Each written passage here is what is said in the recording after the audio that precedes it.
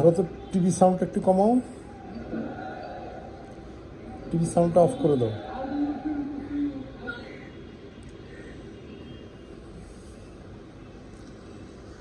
Hello, এদিকে ফিরে তাকাও, আমার দিকে তাকাও।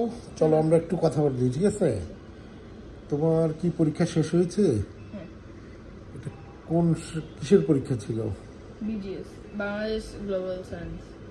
লাস্ট পরীক্ষাটা? গ্লোবাল সায়েন্সে কি পরীক্ষা, কি আসছে, এটাতে কি শেখাচ্ছে তোমাদেরকে?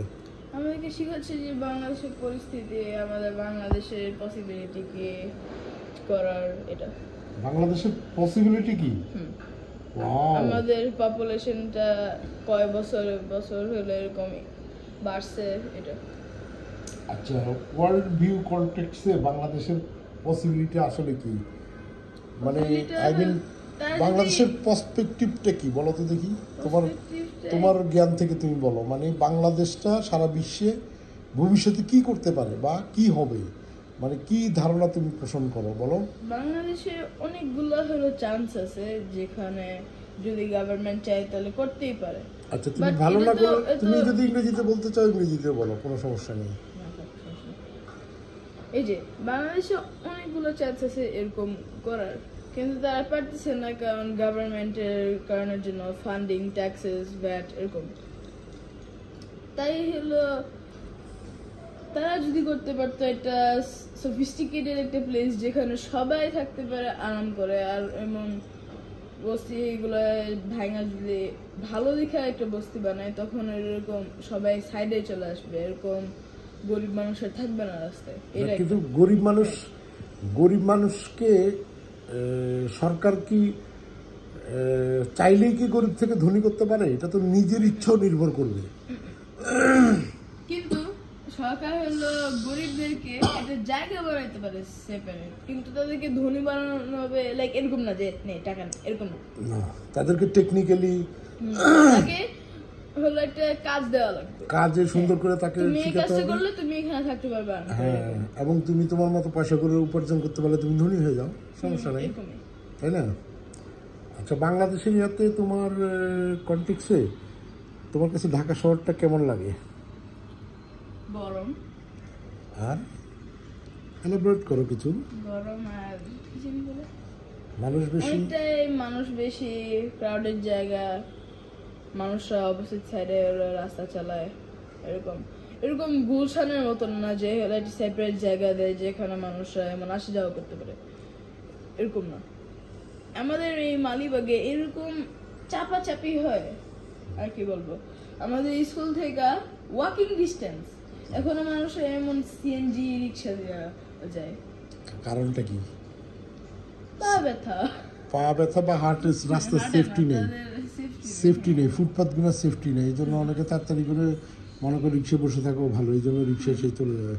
আর যদি অনেক দূরত্ব 1 কিলোমিটার 2 কিলোমিটার তোমার সে হাঁটতেই পারে, কিন্তু হাঁটে না কেন? ফুটপাথগুলো সুন্দর না বা ফুটপাথে সেফ না, উপর থেকে পড়বে বা অনেক ধরনের ঝামেলা হবে।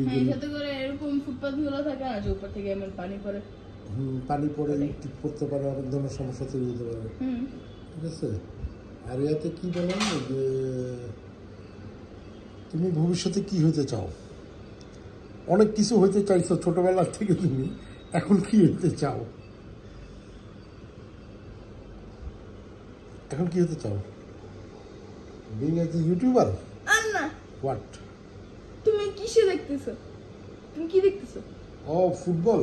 হ্যাঁ, এখন তুমি ফুটবলার হতে চাও? ও, সেই জন্য তো তোমাকে আমি ঢাকা শহরে তোমাকে তো আমি ফুটবল খেলা দেখাই দিচ্ছি অলরেডি। তাহলে তুমি এখন তোমার টার্গেট হচ্ছে ফুটবলার হওয়া না? তাহলে ফুটবল প্র্যাকটিস করার জন্য যে মাঠের দরকার, ফুটবল প্র্যাকটিস করার জন্য যে অবস্থা আসা দরকার, সেটা তো পারতেছি না। এটা ঠিক হয়ে যাবে। এখন আর নাই বাংলাদেশে, এটা দেখা যাচ্ছে। হ্যাঁ, ঠিক আছে। আমাদের স্কুলের মাঠ বন্ধই করে ফেলছে। না, আমরা এমন একটা জায়গায় চলে যাবো যেখানে মাঠ আছে, খেলাধুলা করা যায়, ফ্রি বাতাস নেওয়া যায়। আমরা এই জ্ঞান আগের বছর থেকে আমরা এই ধরনের অঞ্চলে থাকবো না, ঠিক আছে? আমরা একটা সুন্দর অঞ্চলে চলে যাব যেখানে আমরা বাতাসের মধ্যে থাকতে পারবো, ঠিক আছে? অনেক হয়েছে আমাদের, অনেক হ্যাঁ, অনেক আমরা ইয়া করছি, এই কষ্ট আর আমরা সইতে পারবো না, ঠিক আছে? আর ভালো চাইতে চাইতে বা একদম ইয়া করতে করতে আসলে জীবন নষ্ট হয়ে যাচ্ছে, ঠিক আছে? তো আমার এখন যে এরকম কোনো সময় না- আমরা একটা ইজি প্লেসে চলে যেতে হবে, যেখানে নদী আছে, গ্রাম আছে, বা রাস্তা আছে, মাঠ আছে, সবুজ আছে, এরকম কোনো জায়গায় আমাদেরকে চলে যেতে বেশ হবে। জায়গা যদি আমরা যাই, এটা হলো চুয়াডাঙ্গা। চুয়াডাঙ্গায় হলো চুয়াডাঙ্গাতে চলে যেতে চাও? হ্যাঁ, চুয়াডাঙ্গায় হলো বেটার। কেন এরকম কেন পছন্দ করছো তুমি চুয়াডাঙ্গা, বলো তো দেখি? ঘাস, অনেক সুন্দর জায়গা, যেখানে ইচ্ছে সেটা করতে পারো তুমি, কেউ তোমাকে কিছু বলবে না। এখানে খাবার দাবার এগুলা ওকে আছে। আর সাথে চুয়াডাঙ্গা করে- প্রসঙ্গে তুমি কিভাবে জানলা, হ্যাঁ, কোথা থেকে জানলা? don't ask, হ্যাঁ, don't ask। কোথায়? বলো না। না বলবো না, বলো কোথা থেকে এটা জানছো? কোথা চুয়াডাঙ্গা, থেকে জানছি? চুয়াডাঙ্গা ভালো আমি- প্লেস, তুমি এটা কিভাবে জানলা? আমি হলো একদিন এরকম একটা ভিডিও দেখতেছিলাম, চুয়াডাঙ্গায় হলো একটা লোকাল একটা ফুটবল ম্যাচ হচ্ছিল। আমি আশেপাশে জায়গাগুলো দেখলাম যে এরকম মানুষ আছে, কিন্তু এত মানুষ নাই যে এরকম চাপাচাপি হবে। তারা হলো রুলস রেগুলেশন ফলো করছে এরকম। ও, তার জন্য তোমার কাছে চুয়াডাঙ্গাটা ভালো হ্যাঁ, লাগছে? কারণ তারা কথাটা শুনে। আমরা বাঙালি মানুষের মতন না। কেন চুয়াডাঙ্গা তো বাঙালি। হ্যাঁ, বাট বাঙালি আমরা রিয়েল বাঙালি মানুষের মতন না যে একারে সবকিছু ভাঙ্গা ফেলবে এরকম। তাহলে তোমার কাছে চুয়াডাঙ্গা ভালো লাগছে? সাথে করে জায়গাটাও অনেক বড়, অনেকগুলা মাঠ আছে, অনেক ঘাস, আকাশটা অনেক সুন্দর এরকম। গুড। তাহলে কি আমরা ঢাকা শহর ছেড়ে চুয়াডাঙ্গা চলে যাব? অবশ্যই, তুমি রাজি? হ্যাঁ আমি রাজি। পরে কিন্তু এখানে এত ভালো স্কুল নাই, এটা আমি- স্কুল না থাকলে অসুবিধা কি? স্কুল তো তোমার নির্ভর করবে, তোমাকে মাস্টার রাখা হবে, সাধারণ স্কুলেই পড়তে পারো, কোনো ব্যাপার না। তারপর তোমার মাস্টার রাখা হবে, তোমার জ্ঞান বৃদ্ধি হবে। তুমি ওইখান থেকে মেট্রিক পাস করবা, ইন্টারমিডিয়েট পাস করবা, তারপর তুমি ছেলে যে কোনো দিকে যাবা, সেটা তো কোনো ব্যাপার না। স্কুল কোনো সমস্যা না। সমস্যাটা হলো তোমার চয়েস। তুমি যদি মনে করো যে না আমি পড়ালেখা করব, পারবা। সাধারণ তুমি একটা স্কুলে পড়লা এবং মনে করো তোমার মাস্টার, তোমার পিছিয়ে 2টা মাস্টার থাকবে, ওইখানে তো সস্তা মাস্টার, শিক্ষক তো সস্তা, 2জন শিক্ষক থাকবে, তাহলে তো তুমি ভালো করবা আর সবার চেয়ে জ্ঞানী হবা, ওই জেলার মধ্যে তুমি ফার্স্ট হয়ে যেতে পারবা, তাই না? তাহলে কি নেক্সট গন্তব্য চুয়াডাঙ্গা হয়ে যাবে? মেবি। আচ্ছা, দেখা যাক ইনশাল্লাহ। আর বলো, এখন বর্তমানে কি তুমি লেজার টাইম কাটাচ্ছ, মানে কোনো কাজকর্ম নাই, পরীক্ষা শেষ, মজাই মজা না?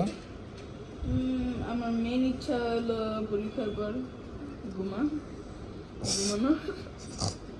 খাওয়া দাওয়ার আমি ঘুমানো? 3টার বেশি আমি উঠি না এখন আর। আচ্ছা ঠিক আছে, ওকে ঘুমাও এবং রেস্ট নাও, ঠিক আছে? ওকে, আজকের মতো ওকে ভাই, দেখা হবে, দেখা যাবে। আবার দেখা হবে।